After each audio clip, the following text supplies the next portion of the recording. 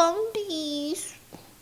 Oh, look at the bumpy girl. Hey guys, so today I'm going to be looking at more Am I Wrong stories. Yeah, let's just get right into the video. My 39th birthday was last week. Months ago, I was talking with my mum about a part of our state that I'd love to visit, and she mentioned that she has never been there. I told her we should go together sometime, and we started planning it. We ended up deciding on going there for my birthday. During the planning, we realized that my mum, my brother, and I had never been on a trip together, just the three of us, so we invited my brother too. My husband was fully supportive of us taking this trip and would be staying with our 3-year-old son and our dog. Before we left last week, my husband gave me the gifts he bought me for my birthday. He got me some comfy pajamas, a sun hat, and some good wine and cheese to bring with on the trip. Normally, I would be totally okay with that gift, as we didn't really splurge on birthday gifts anymore.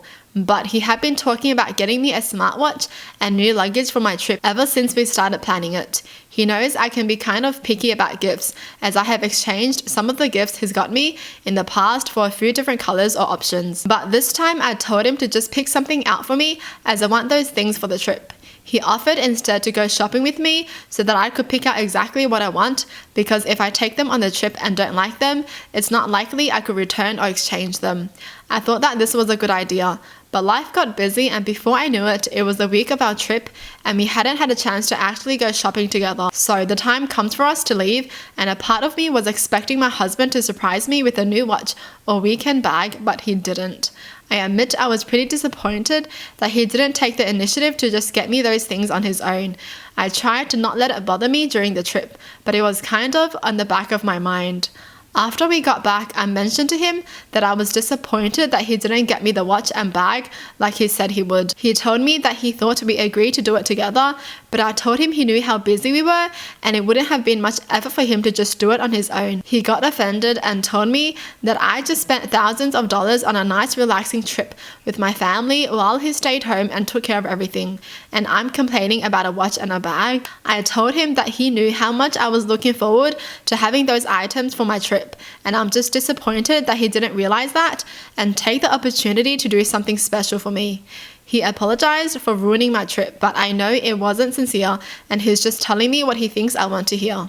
I offered to go shopping with him sometime to pick them out, and he told me to just go do it myself. Now I feel like crap, and I know he's mad at me for being ungrateful for the things he got for me and for allowing me the opportunity to have a trip like that with my family. Yo, this chick is so picky. The husband did so much for her, man. This girl is wrong. How could you treat your husband like that when he's so good? You know, he was like, yeah, babe, just go on the trip. I got everything here. You know, I'll take care of the kids. I'll take care of the dogs.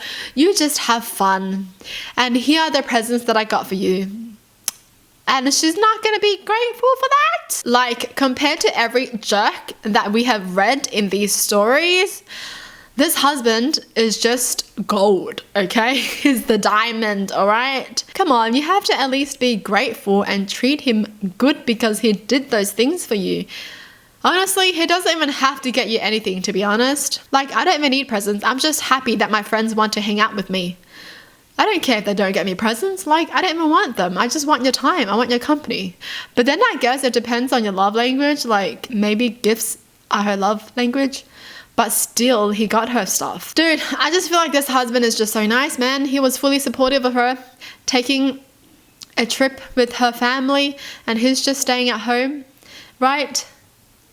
And he also got her presents, and she's gonna be unhappy. Dude, come on. You can't do that. Maybe I'm just so single that I'm just jealous that she's even getting presents and this guy is just too good, right? And she literally agreed that they would go shopping together. So that's what he was waiting for. Like, he was thinking they were going to go shopping together. That's why he didn't get her those things yet. But now she's going to be angry because she was the one who was too busy to go shopping with him. Like, bro. I'm so done. But this guy is the man, okay? You don't want to lose him. Man, if I had someone like this, I would hold on to him forever and not even like be picky about things. If he's willing to even let me go on a trip and have fun with my family while he looks after the kids, yo, I'll be so happy with that. I'll be happy with that alone. I don't even need a present anymore, you know? Like, okay, look after the kids. That's my birthday present from you. Thank you. Like, that's enough, is it not? Like, I honestly don't like people getting me things, okay? I would rather them get me food, to be honest. Like, feed me. That's all I need. Just feed me. When I'm hungry, just feed me. Because I feel like presents, if I can get it myself, then I'll get it myself. All right, next story. A bit of background. I am terrified of fire. I've had traumatic experiences when I was a child and cannot go near it. I am going to therapy, but it's a long healing process. This does mean that there are certain things that annoy my husband, like when we decided to buy a house. I asked if we could get an electric stove or replace the gas one. It annoyed him, but he accepted. Other things like I have to stand far away when he's having a barbecue also annoy him, which is completely understandably irritating, but I can't change it. Why would he be annoyed by that? Like, you know your partner is afraid of those things. Why would you be annoyed at that? You should be trying to make them feel safe, not scared. What? One night, I just finished making dinner and went to give him a back hug, arms wrapped around his shoulders kind of hug, and he instantly pulls out a lighter from his pocket and holds it close to me. I freak out and try to get away from the lighter. When he finally puts it away, I yell at him and I'm crying, asking why he thought that was a good idea. He told me that he heard of exposure therapy and he was sick of my antics. When he comes near me again, I yell at him to stay back and run out of the room, locking myself in the bedroom. It's only when I'm alone that I break down crying. In the morning, he won't talk to me, saying that he was only trying to help and yelling at him made him feel bad. I wonder if I overreacted. Of course not. He's so stupid, man. Like, I just want to punch him. You know, like, if you know someone is scared of something, as if you're going to bring it close to them. Like, they've had a traumatic experience as a kid. You're really going to play like that? I think there's something wrong with his head. Either he just likes seeing his partner being scared or he's just really dumb. Okay, so there's an update. He still wasn't talking to me after 3 days, so I confronted my husband. I told him that I hope that he really meant the best, but he actually made me lose trust in him, so I don't know if I'm going to be able to trust him for a little while. He brushed it off, rolling his eyes and saying it wasn't that big of a deal. I simply replied that it was a big deal for me, and I know that my trauma may be annoying to him, but that didn't give him the right to do that. If anyone is annoyed by your trauma, they're not the one for you. Afterwards, he reluctantly agreed when I asked for marriage counseling. Unfortunately, each time it was for our appointment, he would make some kind of excuse not to go. He said that he was only trying to help, and by making him seem like the bully, that I wasn't appreciative of him and all the things he had to accommodate for my antics. That was the last straw. I placed my wedding ring on the table and left. So now I'm staying at a friend's house and I'm in contact with a lawyer. Good. Dude, why would you want to stay with someone like this? You know, you're scared of something and they're gonna make you even more scared of it. They're gonna traumatize you even more. Like, why would you need someone like that in your life? They're supposed to be the one to protect you from the thing that you're scared of, okay? They're supposed to be the one to comfort you when you're scared. Not make things worse, not call you annoying. Oh! So, my sister just passed away during childbirth and her funeral is on Saturday. I was very close to her and I don't want to miss it. It can't be rescheduled because there's friends and family coming from out of town and it would mess up their schedule. Our family was heartbroken. It happened so abruptly. My dad's even coming from out of state for this and he rarely comes here. We have an entire nursery we can't even use. I asked for Saturday off at work to go to the funeral, but I would have to swap out with my coworker, who never works Saturdays because of her religion. I asked her and she said that while she understood, she can't come on that day.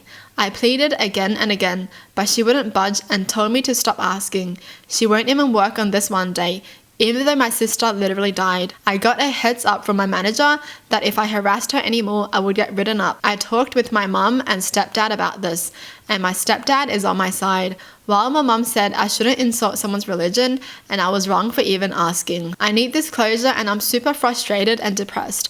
And my coworker isn't even talking to me now, and some of my other coworkers said I shouldn't have asked in the first place. Ooh, okay. I feel like no one is wrong. The coworker is not wrong because she's known for not working on Saturdays, and that's part of her religion, so you can't blame her for saying no. And for this person, I guess she was just really desperate. That's why she kept asking the coworker, because at the end of the day, that is her sister's funeral. But I feel like she really should be asking her boss, you know? Like, the boss won't even let them take one day off. Like, the boss should just be the one substituting instead, honestly.